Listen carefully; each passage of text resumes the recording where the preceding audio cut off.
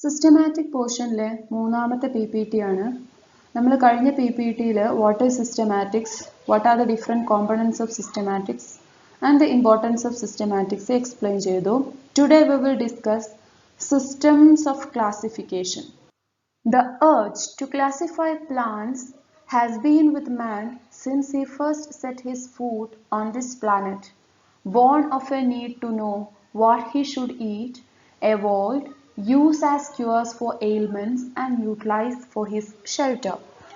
ചുരുക്കി പറഞ്ഞു കഴിഞ്ഞാൽ from time immemorial organisms have been classified differently. അതായത് മനുഷ്യൻ ഒരുപാട് കാലം മുന്നേ ക്ലാസിഫിക്കേഷൻ എന്നുള്ളൊരു പ്രോസസ്സ് സ്റ്റാർട്ട് ചെയ്തിട്ടുണ്ട്. നമ്മൾ ക്ലാസിഫിക്കേഷൻ എന്നുള്ളൊരു ഹെഡിങ്ങിൽ പഠിക്കുമ്പോഴാണ് അതൊരു ഡിഫറെൻറ്റ് സിസ്റ്റംസ് ഓഫ് ക്ലാസിഫിക്കേഷൻ ആയിട്ട് മാറുന്നത്. നമ്മൾ അറിഞ്ഞും അറിയാതെയും ക്ലാസിഫിക്കേഷൻ എന്നുള്ളൊരു പ്രോസസ്സ് ഒരുപാട് വർഷങ്ങൾക്ക് മുന്നേ മാൻ ഈ ഭൂമിയിൽ കാല് കുത്തുന്ന അന്ന് മുതൽ സ്റ്റാർട്ട് ചെയ്തിട്ടുണ്ട്.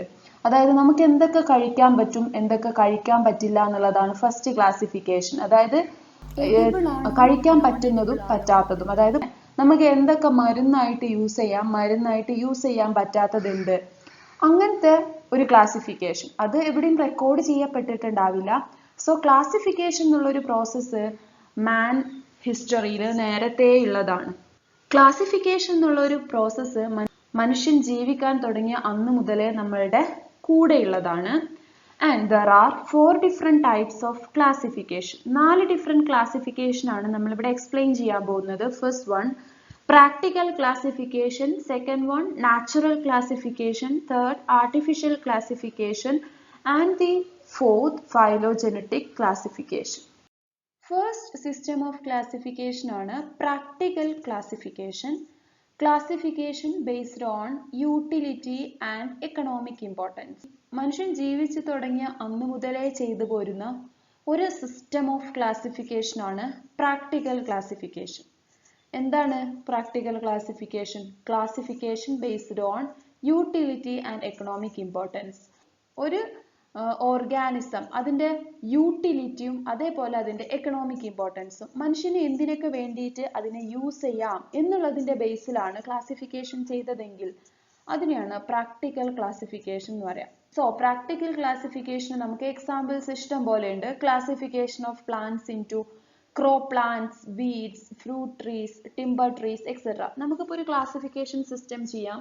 അതായത് ഓയിൽ ഈൽഡിങ് പ്ലാന്റ്സ്. ഇപ്പോൾ ഓയിൽ ഈൽഡിങ് പ്ലാന്റ്സിൽ വരുന്നതാണ് നമ്മളെ കോക്കനട്ട്. നമ്മൾ തേങ്ങയിൽ നിന്ന് ഓയിൽ എടുക്കുന്നുണ്ട്, അതേപോലെ ജിഞ്ചല്ലി എള്ളുന്ന ഓയിൽ എടുക്കുന്നുണ്ട്, അതേപോലെ സൺഫ്ലവറിന്ന് ഓയിൽ എടുക്കുന്നുണ്ട്. സോ ഇതൊക്കെ നമുക്ക് ഓയിൽ ഈൽഡിങ് പ്ലാന്റ്സ് എന്നുള്ള ഒരു കാറ്റഗറിയിൽ ഉൾപ്പെടുത്താം. ദെൻ വേറൊന്നാണ് ടിമ്പർ ട്രീസ്. നമുക്ക് ഫേർണിച്ചറിന് വേണ്ടി തടിയായിട്ട് യൂസ് ചെയ്യാൻ പറ്റുന്ന പ്ലാന്റ്സ്. ഇപ്പോൾ തേക്ക്, മഹാഗണി, വീട്ടി, അതേപോലെ നമ്മൾ കോക്കനട്ടിന്റെ സ്റ്റെമ്മും എന്ത് ചെയ്യുന്നുണ്ട്. സോ ടിമ്പർ ഈൽഡിങ് പ്ലാന്റ്സ് എന്നുള്ള ഒരു category. Then fruit trees, fruit provide ചെയ്യുന്ന പ്ലാന്റ്സ് ഒരു കാറ്റഗറി. അങ്ങനെ ആ ഒരു ക്ലാസിഫിക്കേഷനെയാണ് പ്രാക്ടിക്കൽ ക്ലാസിഫിക്കേഷൻ എന്ന് പറയുക. അതിന്റെ യൂസിന്റെ ബേസിൽ നമ്മൾ എന്ത് ചെയ്യാം, അതിനെ ക്ലാസിഫൈ ചെയ്യുക. അതാണ് പ്രാക്ടിക്കൽ ക്ലാസിഫിക്കേഷൻ എന്ന് പറയുന്നത്. ആൻഡ് ഈ ക്ലാസിഫിക്കേഷന്റെ ഒരു പ്രശ്നം എന്താ? ഈ ഒരു ക്ലാസിഫിക്കേഷൻ സിസ്റ്റം നമ്മൾ ചെയ്യുന്ന സമയത്ത് ഇപ്പോൾ തേക്കും തെങ്ങും യാതൊരു ബന്ധവുമില്ലാത്ത രണ്ട് പ്ലാന്റ്സ് ആണ്. നമുക്ക് മോർഫോളജി നോക്കിക്കഴിഞ്ഞാൽ ഒന്ന് ഡൈക്കോട്ടാണ്, ഒന്ന് മോണോക്കോട്ടാണ്. ഇതിന് രണ്ടിനെയും ഒരു കാറ്റഗറിയിൽ ഉൾപ്പെടുത്താനേ പറ്റില്ല. ടോട്ടലി ഡിഫറെൻ്റ് ആയിട്ടുള്ള രണ്ട് പ്ലാന്റ്സ് ആണ്. പക്ഷെ ഒരു കോമൺ ആയിട്ടുള്ള ഫീച്ചർ അതിനുണ്ട്. എന്താണ്? ടിമ്പർ പ്രൊവൈഡ് ചെയ്യുന്നു ഫോർ ഫേർണിച്ചർ. അതേപോലെ വേറൊന്നാണ് നമ്മൾ ഓയിൽ ഈൽഡിങ് പ്ലാന്റ്സിലും പറഞ്ഞു, കോക്കനട്ടും സൺഫ്ലവറും. ആ രണ്ട് പ്ലാന്റ്സും ഒന്നൊരു ഹെർബാണ്, ഒന്ന് വലിയൊരു മോണോകോട്ട് ട്രീയാ. സോ ഒരു ഫീച്ചറിലെ അത് സിമിലാരിറ്റി കാണിക്കുന്നുള്ളൂ. ഓയില് പ്രൊഡ്യൂസ് ചെയ്യുന്നുണ്ട്, അല്ലെങ്കിൽ ഓയിൽ ഈൽഡിങ് പ്ലാന്റ് ആണ്, ഓയിലിനെ നമുക്ക് യൂസ് ചെയ്യാം. ബാക്കിയുള്ള ഫീച്ചേഴ്സ് ഒക്കെ ഡിഫറെൻ്റാ. സോ അങ്ങനെ ഡിഫറെൻ്റ് ആയിട്ടുള്ള രണ്ട് ഓർഗാനിസത്തിനെ ഒരു ഗ്രൂപ്പിൽ ഉൾപ്പെടുത്തുക എന്ന് പറഞ്ഞത് ഡീമെറിറ്റ് ആണ്, അല്ലേ? അതായത് ടോട്ടലി അൺറിലേറ്റഡ് ഓർഗാനിസംസ് ആണ് ഒരു ഗ്രൂപ്പിൽ വരിക നമ്മൾ പ്രാക്ടിക്കൽ ക്ലാസിഫിക്കേഷൻ ചെയ്യുന്ന സമയത്ത്. അതുകൊണ്ട് തന്നെ പ്രാക്ടിക്കൽ ക്ലാസിഫിക്കേഷൻ ഇപ്പോൾ ചെയ്യാറില്ല. അതിന് ഹിസ്റ്റോറിക്കൽ ഇമ്പോർട്ടൻസ് മാത്രമേ ഉള്ളൂ. സെക്കൻഡ് സിസ്റ്റം ഓഫ് ക്ലാസിഫിക്കേഷൻ ആണ് ആർട്ടിഫിഷ്യൽ ക്ലാസിഫിക്കേഷൻ. എന്താ ആർട്ടിഫിഷ്യൽ ക്ലാസിഫിക്കേഷൻ? ഒരു ആർട്ടിഫിഷ്യാലിറ്റി അതിലുണ്ടായിരിക്കും. Classification based on easily observable Superficial characters. Easily observable superficial characters. നമുക്ക് naked ആയിക്കൊണ്ട് കാണാൻ പറ്റുന്ന ഒന്നോ രണ്ടോ ഫീച്ചേഴ്സിന്റെ ബേസിൽ ഓർഗാനിസത്തിനെ ക്ലാസിഫൈ ചെയ്യുകയാണെങ്കിൽ അതിനെയാണ് ആർട്ടിഫിഷ്യൽ ക്ലാസിഫിക്കേഷൻ എന്ന് പറയാം.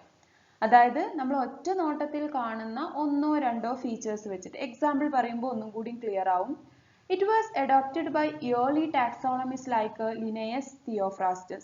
So Linnaeusന്റെയും Theophrastusന്റെയും ഒക്കെ ആർട്ടിഫിഷ്യൽ സിസ്റ്റം ഓഫ് ക്ലാസിഫിക്കേഷൻ നമുക്ക് എക്സാമ്പിൾ ആയിട്ട് പഠിക്കാനുണ്ട്. സോ ലിനയസും തിയോഫ്രാസ്റ്റസും ഒക്കെ ചെയ്ത ക്ലാസിഫിക്കേഷൻസ് ആർട്ടിഫിഷ്യൽ സിസ്റ്റം ഓഫ് ക്ലാസിഫിക്കേഷന് എക്സാമ്പിൾ ആയിട്ട് വരുന്നതാണ്.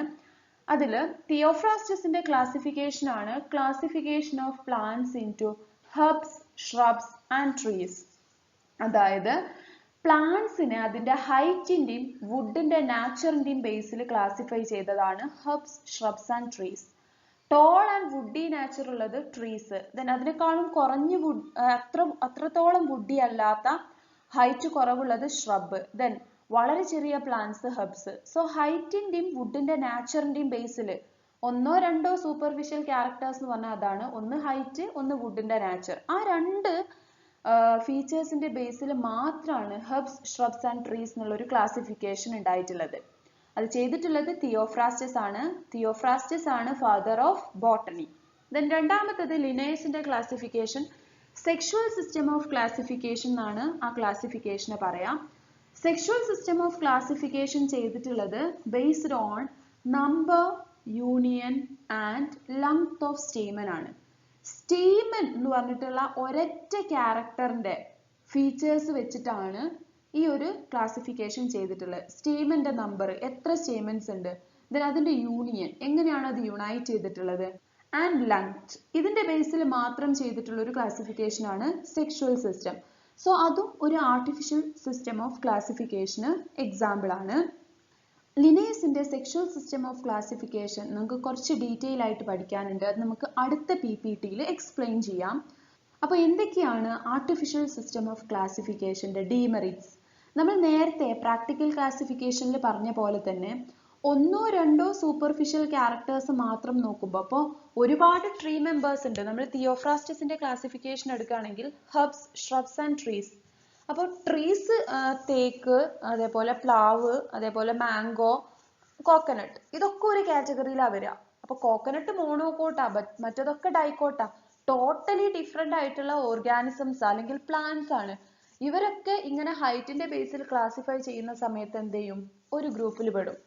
സോ ഇതിന്റെ ഒരു മെയിൻ ആയിട്ടുള്ള ഡ്രോബാക്ക് എന്ന് പറയുന്നത് similar and related organisms are placed in to separate groups and totally unrelated and dissimilar forms are brought into same group. So totally different ആയിട്ടുള്ള organisms ഒരു ഗ്രൂപ്പിൽ പെടും, ട്രീസ് എന്നുള്ള കാറ്റഗറിയിൽ വരും.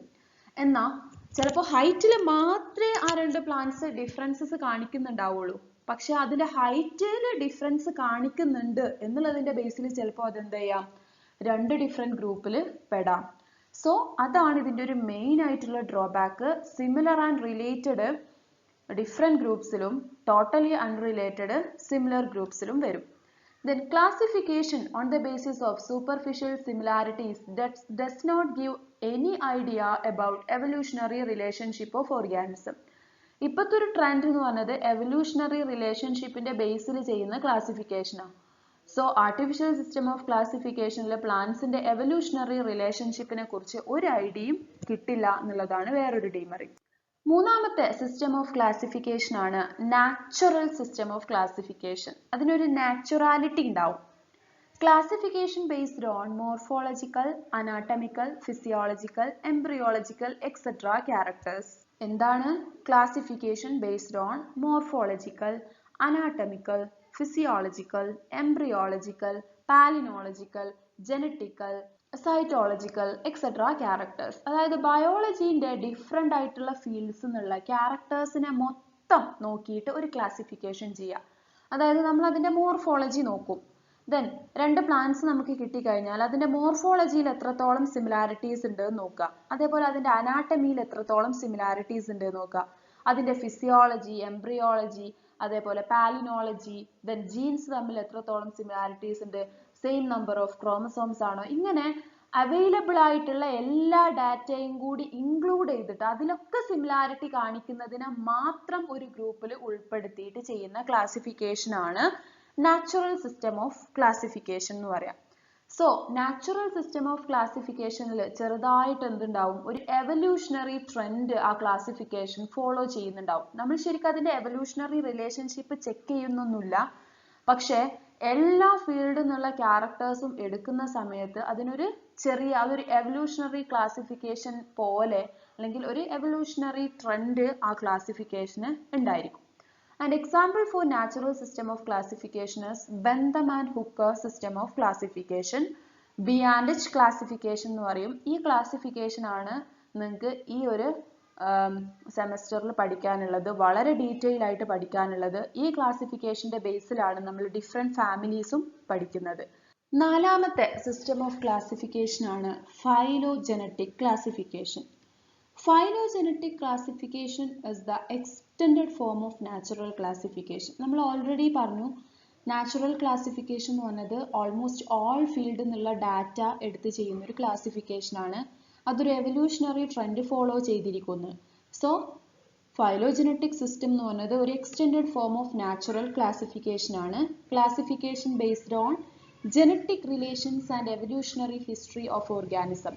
ജനറ്റിക് റിലേഷന്റെയും എവല്യൂഷണറി ഹിസ്റ്ററിന്റെയും ബേസിൽ ചെയ്യുന്ന ക്ലാസിഫിക്കേഷൻ ആണ് ഫൈലോജനറ്റിക് സിസ്റ്റം ഓഫ് ക്ലാസിഫിക്കേഷൻ. അതായത് ഒരു ഗ്രൂപ്പിൽ പെടുന്ന ഓർഗാനിസംസിന് ചിലപ്പോൾ ഒരു കോമൺ ആൻസിസ്റ്റർ ഉണ്ടായിരിക്കും. സോ ഒരു കോമൺ ആൻസിസ്റ്ററിന് ഇവോൾവ് ചെയ്ത് വരുന്ന ഓർഗാനിസംസ് ആയിരിക്കും ചിലപ്പോൾ ഒരു ഗ്രൂപ്പിൽ പ്രസന്റ് ആയിട്ടിരിക്കുക. സോ അങ്ങനെ ജനറ്റിക് റിലേഷന്റെയും എവല്യൂഷണറി ഹിസ്റ്ററിന്റെയും ബേസിൽ ചെയ്യുന്ന ക്ലാസിഫിക്കേഷൻ ആണ് phylogenetic system of classification. So it reflects ancestry and evolutionary history of organisms. An example for phylogenetic system of classification is Engler and Prandtl system of classification, and വേറൊരു example ആണ് Hutchinson system of classification. ഇതിൽ Hutchinson system of classification നിങ്ങൾക്ക് കുറച്ച് detail ആയിട്ട് പഠിക്കാനുണ്ട്. അത് നമ്മൾ next PPT explain ചെയ്യും. Angiosperm phylogeny group system or APG system of classification. അത് വളരെ ബ്രീഫ് ആയിട്ട് മാത്രമേ ഉള്ളൂ. It is a collaborative efforts of a group of dedicated workers of Angiosperm phylogeny group who published a classification of 462 families of angiosperms in 1998. ഒരു group of taxonomist ചെയ്തിട്ടുള്ള ഒരു വർക്കാണ്. ആ ഗ്രൂപ്പിനെയാണ് ആൻജിയോസ്പേം ഫൈലോജനി ഗ്രൂപ്പ് എന്ന് പറയാം.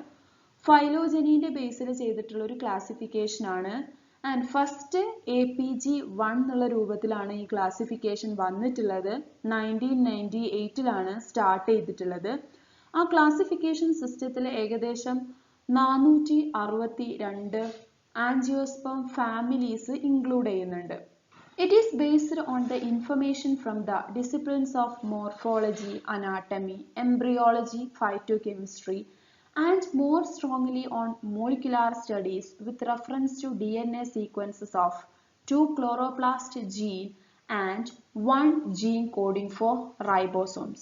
So, ഈ classification ചെയ്തിട്ടുള്ളത് morphology, anatomy, embryology, ഫൈറ്റോകെമിസ്ട്രി തുടങ്ങിയ ബ്രാഞ്ചസിലുള്ള ഡാറ്റ ഒക്കെ ഇൻക്ലൂഡ് ചെയ്തിട്ടുണ്ട്. അതുകൂടാതെ മോളിക്യുലാർ സ്റ്റഡീസും കൂടി ഇൻക്ലൂഡ് ചെയ്തിട്ടുള്ള ഒരു ക്ലാസിഫിക്കേഷൻ ആണ്. അതുകൊണ്ടാണ് ഇതൊരു ഫൈലോജനറ്റിക് സിസ്റ്റം ഓഫ് ക്ലാസിഫിക്കേഷൻ ആയിട്ടുള്ളത്. ആൻഡ് ഇതിൽ ഇൻക്ലൂഡ് ചെയ്തിട്ടുള്ളത് DNA സീക്വൻസ് ഓഫ് 2 ക്ലോറോപ്ലാസ്റ്റ് ജീനും ആൻഡ് 1 ജീൻ കോഡിംഗ് ഫോർ റൈബോസോംസും ആണ്. These families were grouped into 40 monophyletic orders under a small number of informal monophyletic higher groups like monocots, commelinoids, eudicots, core eudicots, rosids, eurosids 1, eurosids 2, asterids, euasterids 1 and euasterids 2. നമ്മൾ പറഞ്ഞു APG system of ക്ലാസിഫിക്കേഷനിൽ 462 families ആണുള്ളത് എന്ന്. And ഈ 462 ഫാമിലീസിനെ 40 മോണോഫൈലറ്റിക് ഓർഡേഴ്സിലും അതുപോലെ കുറച്ച് informal മോണോഫൈലറ്റിക് higher ഗ്രൂപ്പ്സിലുമാണ് include ചെയ്തിട്ടുള്ളത്. അപ്പോൾ 40 മോണോഫൈലറ്റിക് ഓർഡേഴ്സിലും കുറച്ച് ഇൻഫോർമൽ മോണോഫൈലറ്റിക് ഹയർ ഗ്രൂപ്പ്സും ആ ഇൻഫോർമൽ മോണോഫൈലറ്റിക് ഹയർ ഗ്രൂപ്പ്സ് ആണ് നമ്മൾ ഇവിടെ പറഞ്ഞിട്ടുള്ള ഈ മോണോകോഡ്സ്, കൊമലിനോയിഡ്സ്, യൂഡൈക്കോഡ്സ്, കോർ ഡൈക്കോഡ്സ് എന്നൊക്കെ പറഞ്ഞത്. ആൻഡ് മുഴുവൻ ഫാമിലീസും ഈ 40 മോണോഫൈലറ്റിക് ഓർഡേഴ്സിലും അതുപോലെ ഇൻഫോർമൽ മോണോഫൈലറ്റിക് ഗ്രൂപ്പ്സിലും വരുന്നില്ല. കുറച്ച് ഇതിലൊന്നും ഇൻക്ലൂഡ് ആവാതെ നിൽക്കുന്ന കുറച്ച് ഫാമിലീസും ഉണ്ട്.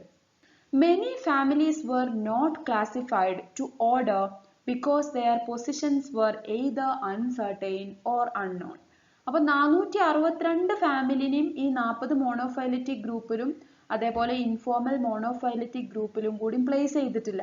കുറച്ച് ഫാമിലീസ് ഇതിൽ എവിടെയും പെടാതെ കിടക്കുന്നുണ്ട്. കാരണം അതിന് ഏത് ഓർഡറിൽ ഉൾപ്പെടുത്തണമെന്ന് അറിയില്ല. സോ നമ്മൾ പറഞ്ഞു ഫസ്റ്റ് APG1 classification വന്നിട്ടുള്ളത് 1998ലാണ്. Then it is replaced by APG2 in 2003, APG3 in 2009 and APG4 in 2016. So നമ്മൾ ഇപ്പോൾ ടാക്സോണമിക് വേൾഡ് ഫോളോ ചെയ്യുന്നത് APG4 ക്ലാസിഫിക്കേഷൻ ആണ്. റീസെന്റ് ആയിട്ട് ചെയ്തിട്ടുള്ള ക്ലാസിഫിക്കേഷൻ APG4. ഈ PPTയിൽ നമ്മൾ 4 systems of classification ആ പറഞ്ഞ്. ഫസ്റ്റ് വൺ പ്രാക്ടിക്കൽ, അതിനിപ്പോൾ ഹിസ്റ്റോറിക്കൽ ഇമ്പോർട്ടൻസേ ഉള്ളൂ. രണ്ടാമത് ആർട്ടിഫിഷ്യൽ, ഈസിലി ഒബ്സർവബിൾ മോർഫോളജിക്കൽ ക്യാരക്ടറിന്റെ ബേസിൽ. Example classification of plants in to herbs, shrubs and trees by Theophrastus and sexual system of classification by Linnaeus. Natural system of classification എന്ന് പറഞ്ഞാൽ almost all field of biology എന്നുള്ള ഡാറ്റന്റെ ബേസിൽ ചെയ്യുന്ന classification ആണ്. Example B&H classification. Then last one phylogenetic system of evolutionary റിലേഷൻഷിപ്പിന്റെ ബേസിൽ ചെയ്യുന്ന classification. Example Hutchinson system of classification. ഇനി നമ്മൾ നെക്സ്റ്റ് PPTയിൽ എക്സ്പ്ലെയിൻ ചെയ്യാൻ പോകുന്നത് ലിനയസിന്റെ ക്ലാസിഫിക്കേഷൻ ആണ്, അതുപോലെ ഹച്ചിൻസന്റെ ക്ലാസിഫിക്കേഷനുമാണ്. Thank you.